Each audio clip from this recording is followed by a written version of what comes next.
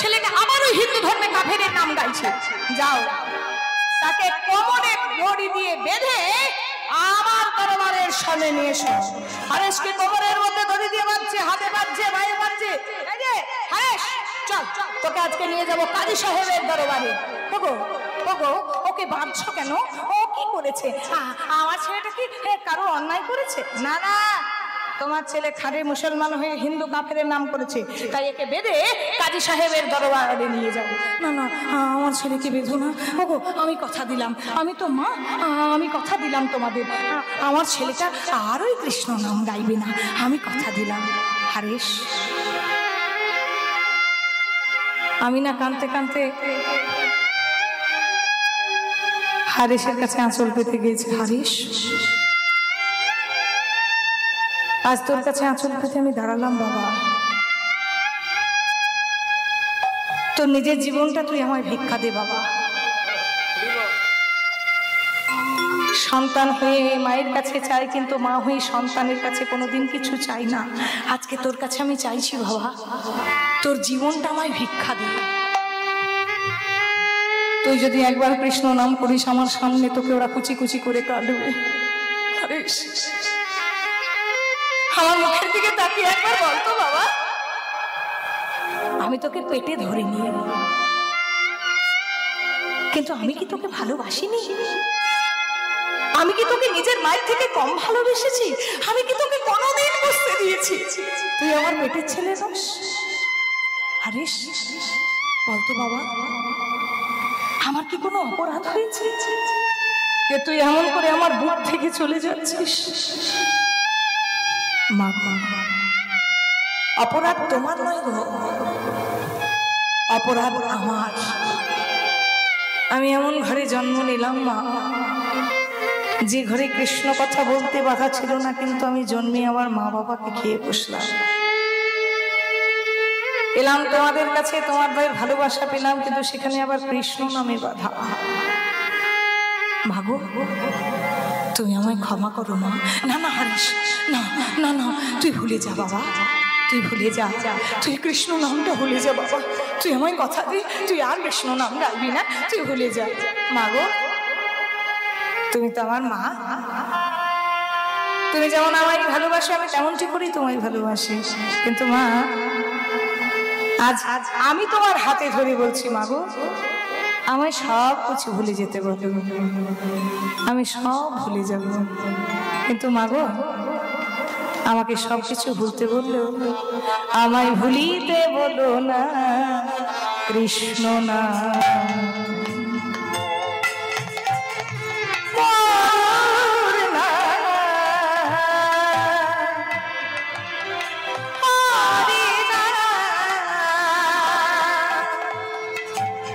আমায় ভুলিতে বলো না, বলো না,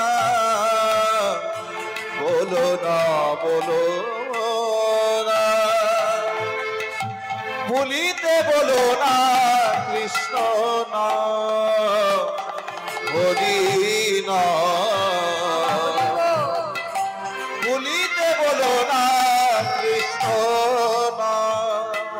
হরি নামে লোক ভরে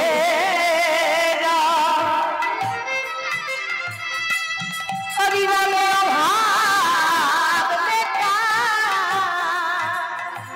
হরি নামে ভক্তি ভরে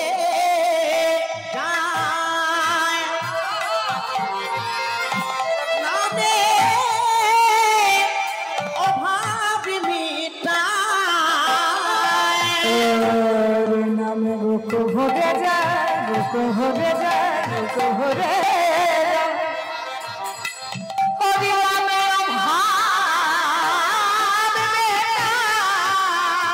হরি নামে ভক্তি ভরে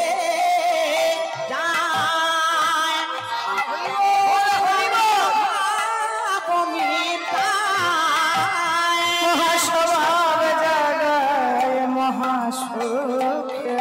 আমায় ভুলিতে বলো না কৃষ্ণ না, হরি না, হরে কৃষ্ণ কৃষ্ণ ভুলিতে কৃষ্ণ বলো না হরে কৃষ্ণ, রাম রাম কৃষ্ণ কৃষ্ণ হরি হরি হরি রাম হরি রাম রাম রাম হরে হরে। নিয়ে এসেছি বেটাকে বাঁধতে বাঁধতে নিয়ে এসেছি। না না না না, আমার হারিসকে নিয়ে যেও না, আমার হারিসকে নিয়ে যেও না, আমার বুক খালি করে হারিসকে নিয়ে যেও না। তোমরা তোমরা আমার একটাবার কথা শোনো, মায়ের পায়ে পড়ছে, ওর পায়ে পড়ছে, ও আমার ছেলেটাকে ছেড়ে দাও। সঙ্গে সঙ্গে সেই হারিস মায়ের হাত দুটো ধরে বলে, মা গো ওগো যাওয়া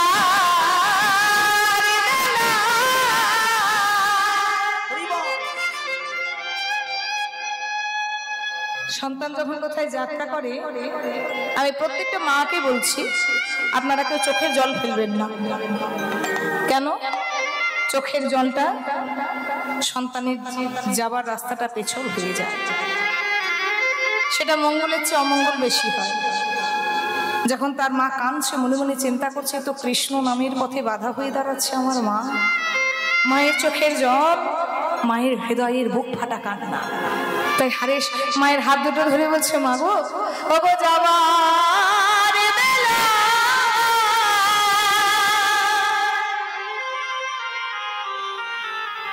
একটি কথা শুধুই বলে যা, জনম জনম এই হরিনা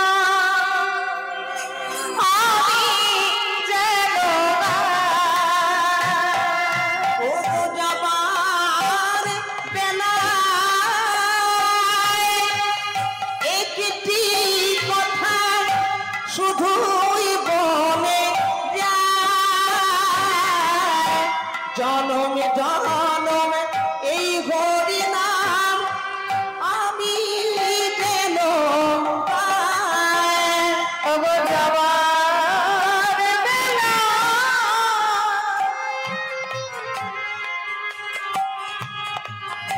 একটি কথা শুধুই বলে যা, জনম জনম এই হরি নাম আমি যেন পাই। ও যাবার বেলায় একটি কথা শুধুই বলে যায়, জনম জনম এই হরি নাম আমি যেন গাই। যেদিন আমি আগ বানায়া যাব বহুদূরে, সেদিন আমি থাকিব দয়াল, যাব গো বহু দূরে। একটা সাধের প্রদীপ জ্বালিয়ে দিও কৃষ্ণ নামের সুরে, সাঁঝের প্রদীপ জ্বালিয়ে দিয়া কৃষ্ণ নামের সুরে। একটা সাধের প্রদীপ জ্বালিয়ে দিও কৃষ্ণ নামের সুরে, সাঁঝের প্রদীপ জ্বালিয়ে দিয়া কৃষ্ণ নামের সুরে।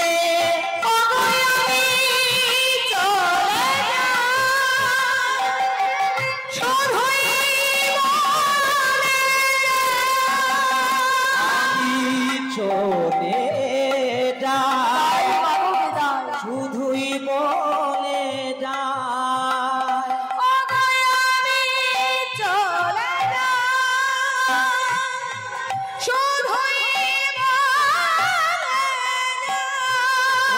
আমি চলে যায় শুধুই বলে যায়।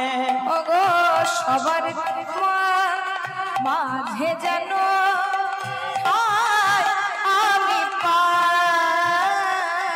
সবার ক্ষমার মাঝে যেন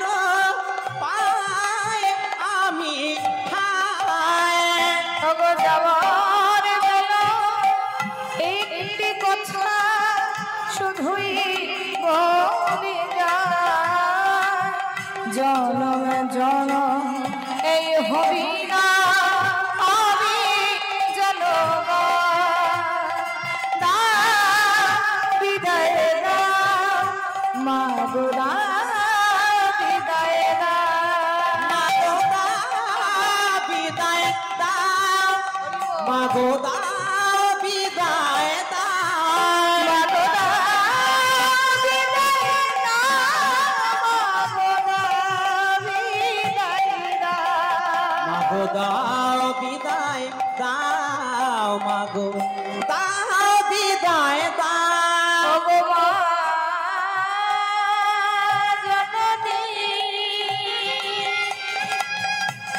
জন্মভূমি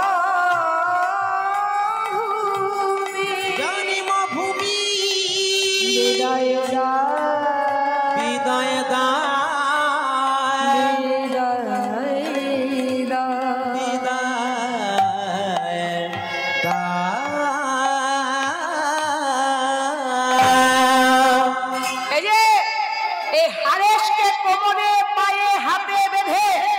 দুজন পাইক টানবে আর দুজন ধরে বেত্তা আঘাত করবে। পান্ডুয়ার 22টা বাজারে নিয়ে গিয়ে এই হারেশকে একটা করে বেত্তা আঘাত করবে আর হিন্দু কাফেরের নামটা ছাড়াবে। হারেশকে কোমরে বেঁধেছে, হাতে ধরেছে, পায়ে ধরেছে, বেঁধে দিয়েছে একেবারে। এবার পান্ডুয়ার 22টা বাজারে নিয়ে গেছে, সেখানে কৃষ্ণ নামটা মুখ থেকে ছাড়াবার জন্য দুজন বাবা টানছে আর দুজনা বলছে কৃষ্ণ নাম ছাড়, হরি নাম ছাড়, কৃষ্ণ নাম ছাড়। যেই না কৃষ্ণ নাম ছাড় আর হরি নাম ছাড় বলছে, সেই সময় হারেশ বলছে কি গো, একবার বল হরি বল হরি বল হরি বল হরি বল হরি বল হরি বল হরি বল হরি বল হরি বল বল হরি বল হরি বল হরি বল বল হরি বল হরি বল হরি বল হরি বল হরি বল হরি বল হরি বল হরি বল হরি বল বল হরি বল হরি বল হরি বল। আপনারা কি মুসলমানের হাতে মার খাবেন? তাহলে জাগো হিন্দু, বলুন সবাই হাত তুলুন, একবার বল হরি বল হরি।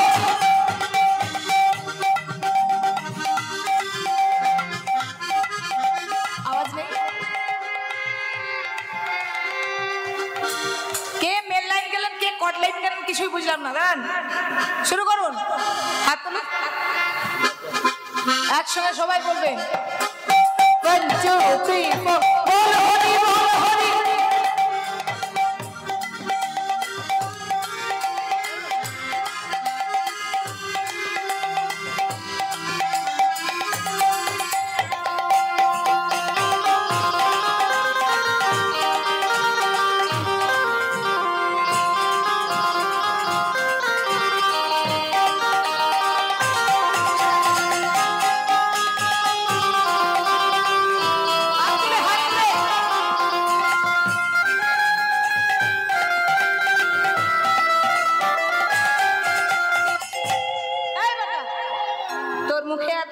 সহকারে কৃষ্ণ নাম, বড় কৃষ্ণ নাম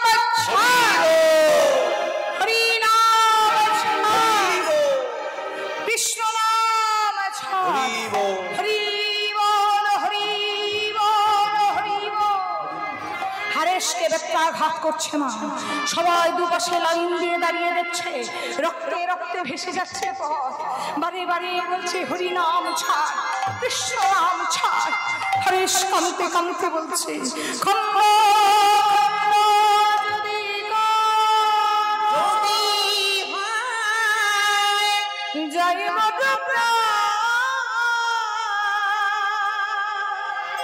তথাপি বদনে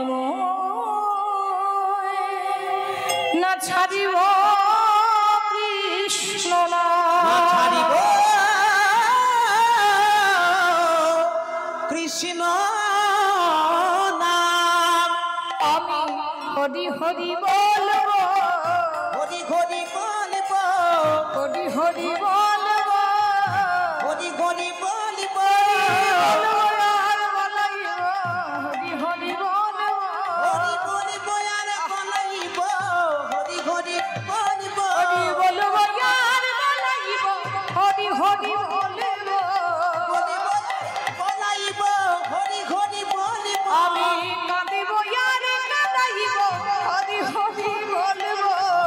কাঁদিব আর কাঁদাইব হরি হরি বলব ভাসিব আর ভাসাইব হরি হরি বলব শিব আর ভাসাইব হরি হরি বলব হরি বল হরি বল হরি বল।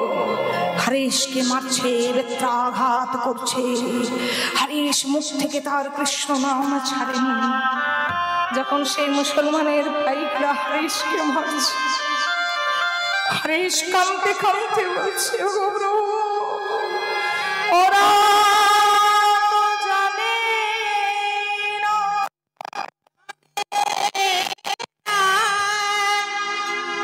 ওরা কি অপরাধ করিছে, করিছে ওদের তুমি ক্ষমা করো। প্রভু হে কৃষ্ণ করুণা করো, তুমি করুণা করো।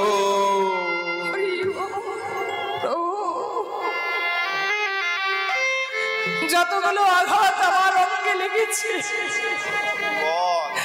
আমি জানি ততগুলো আঘাত তোমার অঙ্গে লেগেছে।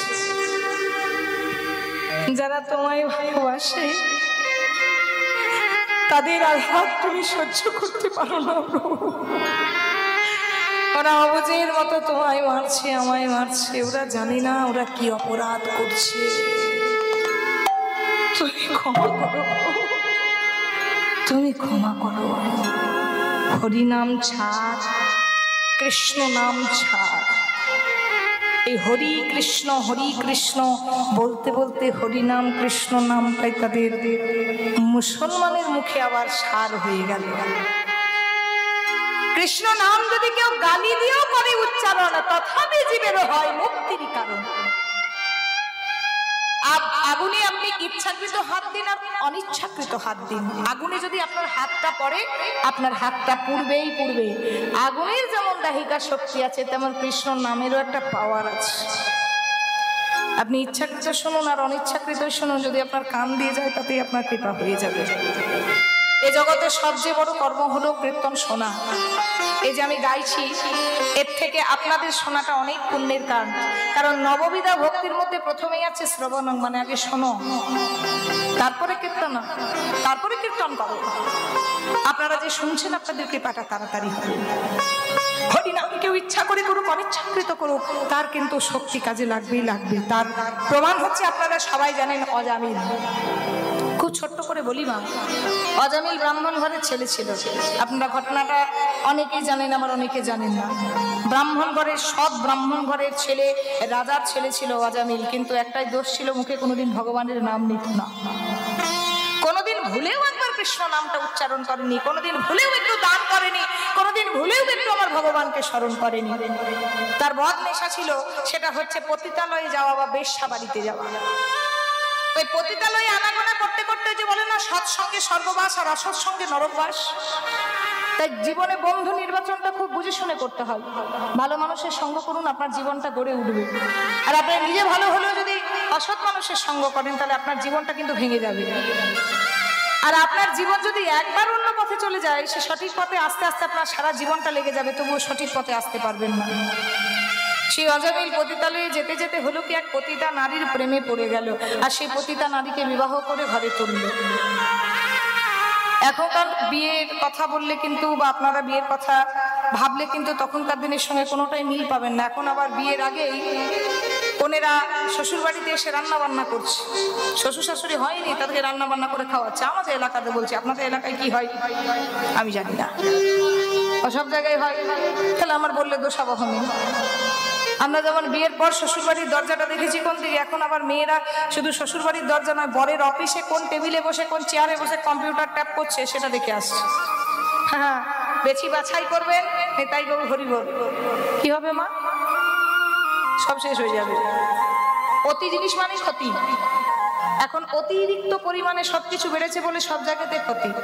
অতি টাকাও ভালো নয়, অতি রূপও ভালো নয়, অতি যৌবনও ভালো নয়, কি গো, অতি বড় বাড়িও ভালো নয়, অতি দামি গাড়িও ভালো নয়। অতি মানে সেখানে আপনার বেশি ক্ষতি, বুঝেছেন? হ্যাঁ, বড় লোকরা বা ধনী লোকরা কোনোদিন নিজেরা সন্তুষ্ট হতে পারে না, তাদের ধন আরো চাই আরো চাই আরো চাই, এই চিন্তায় মগ্ন হয়েই থাকে। হ্যাঁ, হরি বল হরি বল। তাই সেই অজামিল যখন পতিতালয়ের মেয়েকে বিবাহ করে নিল, তাকে কিন্তু ঘরে ঢুকতে দিল না, ঘর থেকে বহিষ্কার করে দিল, এমনকি ত্যায্য পুত্র পর্যন্ত করে দিল। এবারে সমাজ যখন তাকে সমাজচ্যুত করে দিল, তখন বা কাজও পাচ্ছে না, বিয়ে তো করেছে, বউকে খাওয়াবে কি, খাওয়াতে তো কিছু হবে। সমাজে কেউ কাজ দিচ্ছে না, রাজার ছেলে পথে দাঁড়িয়ে দাঁড়িয়ে ভিক্ষা করছে। এই যে বললাম, সৎসঙ্গে স্বর্গে বাস আর অসৎসঙ্গে নরকবাস। একটা স্ত্রী পারে একটা স্বামীর জীবন গড়ে দিতে, আবার একটা স্ত্রী পারে স্বামীর মাথাটা চিবিয়ে চিবিয়ে খেতে। নারী থেকে খুব সাবধান, একদম এই নারী জাতি থেকে খুব সাবধান। এই জগতে সব কিছুতে ভুলবেন ভুলবেন, আপনাদেরকে টিপস দিয়ে যায়, কোনোদিন নারীর চোখের জলে নিজেকে ভোলাবেন না। নারীর চোখের জল আর ওই যে সজলধারার ট্যাঙ্কের জল একই অবস্থা, ভুলবেন আর পাবেন না। তেমনি নারীর কথায় কথায় চোখের জলে যে পা পিছলেছে সে বেটা অতল তলে ডুবেছে। এই দেখুন, নারীর চোখের জলের জন্য রামায়ণ, কই তো অভিনয় করে কেঁদেছিল, সত্যি সত্যি কি কেঁদেছিল? নারীর চোখের জলের জন্য মহাভারত, নারীর চোখের জলের জন্য রাধারানীর মান, সবই কিন্তু মূলে ওই নারীর চোখের জল। সেই নারীর চক্রান্তে পড়ে আজকে অজামিল পথের ভিখারি হয়েছে। কি করবে না, এবারে চুরি করতে হবে, ওইটি লোক দেখতে পাবে না, রাতে রাতে চুরি শুরু করলো। চুরি করে কি আর নারীদের মন ভরানো যাইব? আজকে দিনে খাবো, কাল না দিনে বেনারসি পরবো, পরশু না দিনে সিনেমা দেখতে যাবো, তরশু না দিনে সোনার চেন ঝোলাবো। একটার পর একটা চাহিদা বাড়ছে, বড় ডাকাত হয়ে গেল। আস্তে আস্তে ডাকাতি করতে করতে বড় ডাকাত, এমন দস্যু ডাকাত হয়ে গেল বাবা। ওই শোলে সিনেমাতে একটা ডায়লগ ছিল না, চুপচাপ সোজা বেটা नहीं तो गब्बर सिंह आ जाएगा। তো সবাই বলছে চুপচাপ সোজা বেটা नहीं तो অজামিল ডাকাত आ जाएगा। 10টা গ্রাম 20টা গ্রাম ভয়ে থরথর করে সন্ধ্যা হলেই দরজা লাগিয়ে দিত, কাঁপতো ওই অজামিলের ভয়ে। একদিন কোনো না কোনো কারণে একটু কৃপা হয়ে গেল। কি কৃপা বলুন তো? একদিন অজামিল যে গ্রামে থাকতো সেই গ্রামে এক পরম বৈষ্ণবের আগমন হলো। হরি বল। সেই বৈষ্ণব একজন ছোট্ট ছেলেকে জিজ্ঞাসা করছে, হ্যাঁ রে বাবা, এই যে এসো না। বলি, অধিক রাত্রি হয়ে যাচ্ছে, সন্ধ্যা ঘনিয়ে এসেছে, তো আমি তো বৃন্দাবনের পথে যাত্রা করেছি, তো আজকে রাত্রিটা যদি এই গ্রামের কোনো ভক্ত বাড়িতে থাকার ব্যবস্থা থাকতো। আপনাদের গ্রামে যেমন এই মিহির কাকুর বাড়ি ভক্ত বাড়ি, সব কীর্তনের আসে, তার বাড়িতে ঠাঁই নেই, সবাই জানে যে মিহির কাকুর বাড়িতে যাবো, তাই না? ঠিক তেমন বড় ভক্তের যদি বাড়ি থাকে, তাহলে আজকে রাতটা একটু যাপন করা যায়। হ্যাঁ, ছোট ছেলে তো ধুরন্ধবাদ ছেলে, ও যে বাবাজি, ও সাধু বাবা, আছে আছে আছে, ওই গায়ের শেষে পাতারকুটি অজামিল ভক্তের বাড়ি, কে বড় ভক্ত, আপনি চলে যান সোজা এই রাস্তাটা ধরে। অজামিলের বাড়িতে গিয়েছে, দরজায় নাচছে, দরজা খুলেছে। আহা, এ কি, আজকে আমার দরজায় পরম বৈষ্ণব। কত কত পুরুষ আমার দরজায় এসেছে এই দেহটাকে উপভোগ করার জন্য, আর আজকে আমার বাড়িতে বৈষ্ণব এসেছে। না জানি কোন জন্মের স্বীকৃতির ফলে আমার দরজায় বৈষ্ণব এসেছে। প্রণাম মাগো, তোমার বাড়িতে কিছু খাবার হবে? আমার বড় ক্ষুধা পেয়েছে। আমি শুনলাম তোমার বাড়িটা নাকি ভক্ত বাড়ি। ভক্ত বাড়ি? কে বলেছে আপনাকে এটা ভক্তের বাড়ি? এটা হচ্ছে বড় দস্যু ডাকাতের বাড়ি। আর এই ধন যদি আপনি সেবা করেন, আপনার যেটুকু পুণ্য হয়েছিল সব চলে যাবে। তবে মা, শুনেছি শুকনো জিনিসের দোষ নেই, তুমি একটু আটা আর তুমি একটু আমায় তেল এসব দাও, আমি একটু রন্ধন করে নিজে খেয়ে নেবো। ঠিক আছে। আটা তেল দিয়েছে, রন্ধন করে নিজেই সেই বৈষ্ণব সেবা করেছে। শেষে বলছে, মাগো আজকে রাত্রিটা তোমার ঘরে যাপন হবে। ও বাবা, খেতে দিলে শুতে চায়। বলছে, আপনি কোথায় শোবেন? এই শয্যাতে কত কত পুরুষ এসে আমায় উপভোগ করেছে, আর এই শয্যায় পরম বৈষ্ণব শয়ন করবে। ঠিক আছে, আপনার যদি মন হয় ওই সামনে যে গাছের তলাটা রয়েছে ওখানে রাত্রিটা যাপন করতে পারে। রাত্রিবেলায় ওই গাছের তলায় যাপন করছে। ঠিক ঠিক ঠিক সেই সময় অজামিল ডাকাতি করে ঘোড়ার পিঠে চড়ে আসছে। সারা গ্রাম থরথর করে কাঁপছে, আশেপাশের গ্রাম কাঁপছে। যেই না ঘোড়া থেকে নেমেছে দেখছে এক সাধু বাবা তার দরজার সামনে, আর তার স্ত্রী কথা বলছে, এইখানে কি বাবা, আমার দরজায় কোনো সাধু দাদু আসো না, দূর হয়ে যাও, দূর হও, বেরিয়ে যাও। এই যে গলাটা নামিয়ে কথা বলো, আমি তোমাকে বলছি, গলাটা নামিয়ে কথা বলো, চুপচাপ শুনে যাবে, কিচ্ছু বলবে না। সে বেটা চুপ। কে বলুন তো? যার ভয়ে 10টা 20 টাকা ভয় পায়, সে আবার ঘরে একজনাকে খুব ভয় পায়। বাইরে তো দাদাগিরি করে বেড়ায়, কিন্তু তার আবার ঘরে একটা দিদি আছে। কে বলুন তো? হ্যাঁ গো, কাকে কথাটা বললো? হ্যাঁ, বাহ, ঠিক। বউ বলছে গলাটা নামিয়ে কথা বলো, চুপচাপ শুনে যাবে, বলবে না। যে যেদিন থেকে বিয়ে করেছি সেদিন থেকে তো আমার কানটাই কাজ করছে, মুখটার কাজ করছে কখন। হরি বল। ঠিক আছে, চুপ চুপ। আমি বলেছি থাকতে থাকবে। সকাল হয়েছে, সকালবেলায় বিদায় নিচ্ছে। মা গো, তোমার বাড়িতে সারা রাত্রি থাকলাম, সেবা করলাম, যাওয়ার সময় আমায় কিছু দক্ষিণা দেবে না? দক্ষিণা? এই যে চুপ চুপি করে থাকবে, একটা সাড়া দেবে না আমি যখন কথা বলবো। চুপ চুপ চুপ। বলুন সাধু বাবা, আপনি কি দক্ষিণা চান? মাগো, তোমার কাছে টাকা পয়সা চান ডাল নয়, আমি তো বৈষ্ণব মানুষ, আমি ভবিষ্যৎবাণী করতে পারি। মাগো, তুমি খুব ভাগ্যবতী, তুমি হলে নবপুত্রের জননী, আর আমি এও জানি তুমি এখন গর্ভবতী, আর গর্ভবতী অবস্থায় তুমি পরম বৈষ্ণবকে সেবা দিয়েছ। আর আমি এও জানি তোমার গর্ভে পুত্র সন্তান আছে, তুমি হবে 10 পুত্রের জননী। আমি তোমায় একটা কথা বলবো মা, যে সন্তানটি তোমার গর্ভে আছে তুমি তার নাম রেখো নারায়ণ, এটাই হবে আমার গুরু দক্ষিণা। ঠিক আছে। ছোট্ট ছেলেটি জন্ম নেওয়ার পর অজামিলের স্ত্রী নাম রেখেছে নারায়ণ। আর দেখবেন বাড়িতে যে ছোট হয় সে সবার নয়নের মণি হয়, যে বড় হয় সে কর্তব্য পরায়ণ হয়ে যায়, তাকে অনেক ঝড় ঝাপটা সামলাতে হয়। যা ছোট হয় সে কিন্তু নয়নের মণি হয়। অজামিলের নয়নের মণি হচ্ছে নারায়ণ। জীবনে যে ভগবানের নাম করেনি, জীবনে ভগবানের ধারে পাশে যায়নি, চুরি করেছে, ডাকাতি করেছে, বেশ্যালয়ে গেছে, সে সব সময় ডাকে নারায়ণ নারায়ণ। ছেলে বড় হয়েছে, আর অজামিলের ভবপারের ডাক এসেছে, যে ডাকটা জীবনে সবার আসবে, আমারও আসবে, এদেরও আসবে, আপনাদেরও আসবে। জন্মিলে মরিতে হবে, অমরকে কোথা করে। দুদিনের পৃথিবীতে এসেছি, সবাইকে যেতে হবে। অজামিলেরও সেই সময় এসেছে, ঘরে যাওয়ার সময়। বিছানায় পড়ে আছে, হরি বল। আমরা জানি না মা মৃত্যুর সময় আমাদের কি অবস্থা হবে, কার মুখ ভাঙবে, না কারো বুকে পেসমেকার বসানো থাকবে, না কারো হাত ভাঙবে, না কারো কোমর ভাঙবে, না কেউ বিছানাতেই পায়খানা প্রস্রাব করবে, না কি হবে, রাস্তায় একেবারে পিস পিস হয়ে পড়ে থাকবে। আমরা কিন্তু কেউ জানি না আমাদের মৃত্যুটা কেমন হবে। মৃত্যু যন্ত্রণা বড় কঠিন যন্ত্রণা। ঠিক যখন মৃত্যু হয় তার 15 থেকে 20 মিনিট আগে সেই সমন অর্থাৎ যমরাজের দূত এসে মাথা গোড়ায় দাঁড়ায়। যদি কোনোদিন কোনো মানুষের সচক্ষে মৃত্যু দেখে থাকেন, দেখবেন মৃত্যুর 15 থেকে 20 মিনিট আগে মানুষের মুখ মানে বাকরুদ্ধ হয়ে যায়, মুখটা বন্ধ হয়ে যায়, আর চোখ দিয়ে তাকিয়ে তাকিয়ে আপন মানুষগুলোকে দেখে। যমরাজ বলে দেয়, এই যে যাদেরকে এতদিন তুমি মায়া সংসারে ছিলে,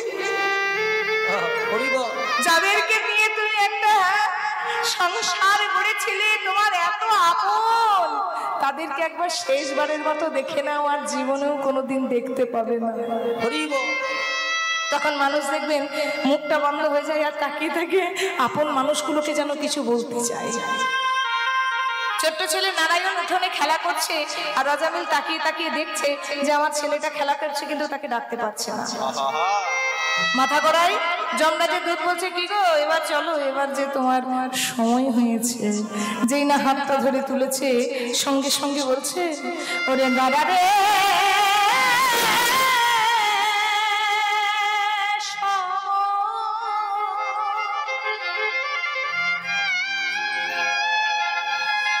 আর কিছু আমার কিছু কাজ আছে বাকি।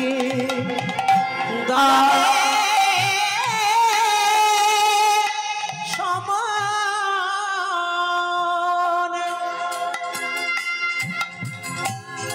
আর কিছু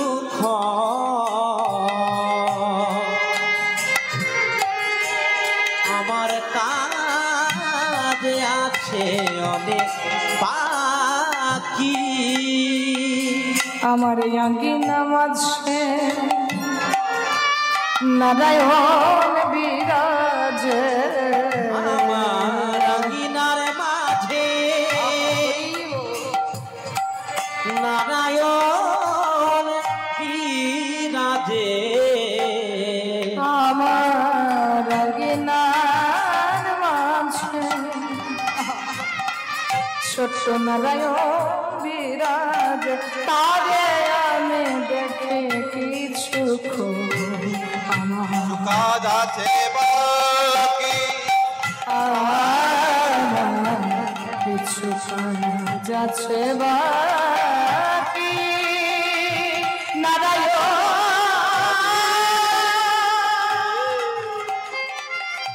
নারায়ণ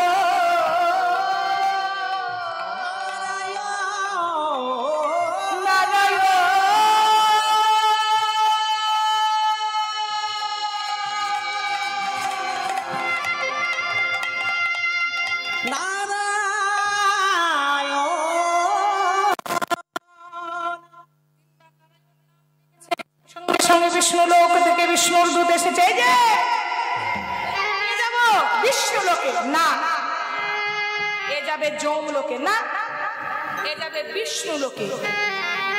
যমরাজের দূত আর বিষ্ণু লোকের দূত টানাটানি করছে। কেন যাবে? দুরাচারী পাপাচারী ব্রাহ্মণের ছেলে, একবার গায়ত্রী মন্ত্র পর্যন্ত জপ করেনি, আর যাবে কোথায়? বিষ্ণুকে। ওই যে যা করুক না করুক শেষের সময় তো নারায়ণের নামটা করেছে।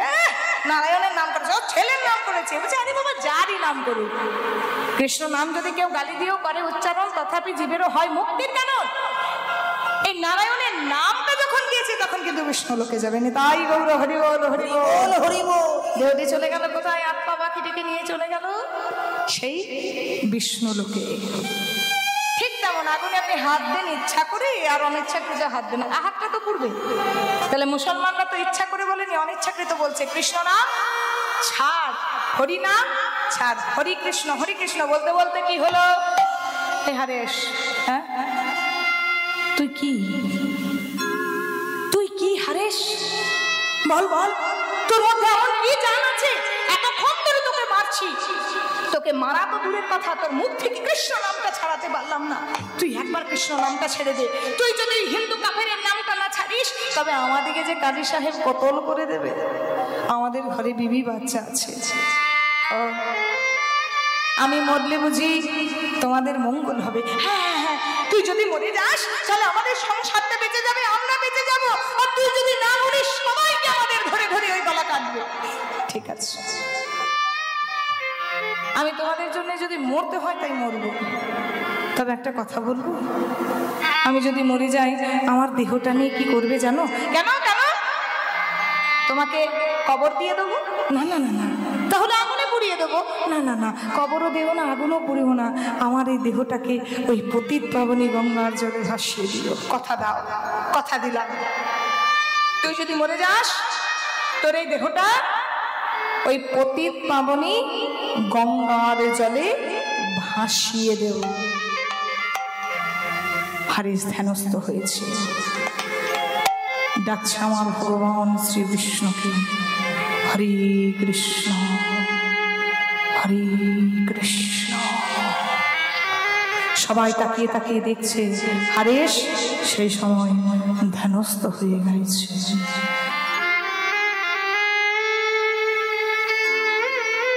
আমার ভগবানের নাম গাইছে হারিস। কিসের জন্য গো?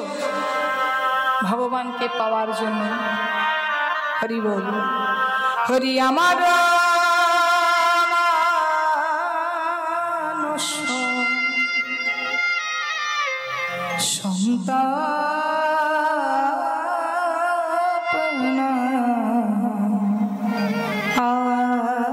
আশিসে উঠে যদি তোমার দুঃখ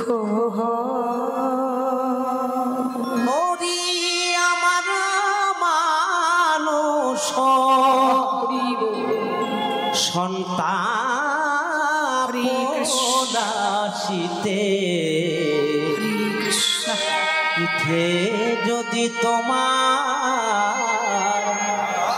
দুঃখ হয় আমার যা হবার তাই হবে, তুমি কেন দুঃখ পাবে? আমার যা হবার তাই হবে, বলো বলো আমার লাগি কেন তুমি দুঃখ পাবে? সুখে থাকো সুখময়। হরি হরি আমার মানুষ সন্তাপনায় আসিতে হরি কৃষ্ণ। এতে যদি তোমার দুঃখ হয় আমায় ফেলে একা বন্ধুহীন দেশে কোথায় রইলে হরি, কোথায় রইলে বসে? তুমি আমায় ফেলে একা এই বন্ধুহীনা দেশে কোথা রইলে হরি, কোথা রইলে বসে? আমি তোমার দেশে যাব সেই দেশে, আমি তোমার উদ্দেশ্যে হরে কৃষ্ণ। যাব সেই দেশে তোমার দেশে যাব সেই দেশে, দিতে নব পরিচয়। হরি আমার মানুষ এমন সন্তাপনায় আসিতে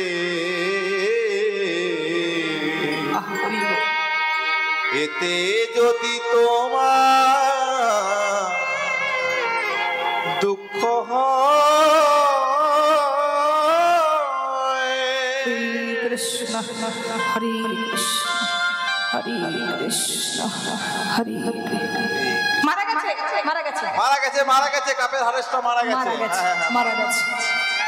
চলো হুজুরকে কি খবর দিই? হুজুর কাপের হারাসটা মারা গেছে।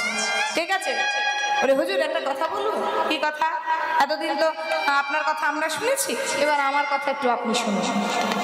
ওই দেহটাকে নিয়ে কি করবো জানো? কেন মুসলমানের ছেলে যাও কবর দিয়ে দাও। তা কি করে হুজুর হয়? এ তো ব্রাহ্মণ ঘরের জন্ম, তাহলে কি করে কবর দেওয়া হয়? তাহলে আগুনে পুড়িয়ে দাও। তা কি করে হয়? জন্মটা হিন্দু ঘরে হলেও পালিত তো হয়েছে মুসলমান ঘরে, তাহলে একে কবরও দেওয়া যাবে না। আচ্ছা হুজুর একটা কথা বলি, সাপও মরবে লাঠিও ভাঙবে না, কি না দেহটা কবরও দেবো না আগুনেও পোড়াবো না, ওই গঙ্গার জলে দেহটা ছুঁড়ে ফেলে দিই। তাই করো তাই করো তাই করো। এবারে হুজুরের কথা মতো পতিত পাবনী গঙ্গাতে হারিসকে ছুঁড়েছে। এবারে সেই পতিত পাবনী গঙ্গার মধ্যে মধ্যে হরেশ ভাসছে, মুখে তার কৃষ্ণ কৃষ্ণ বদন হরে তার হরিনা হরেশ কান্দে কান্দে গাইছে কৃষ্ণ কৃষ্ণ কৃষ্ণ হে কৃষ্ণ কৃষ্ণ কৃষ্ণ হে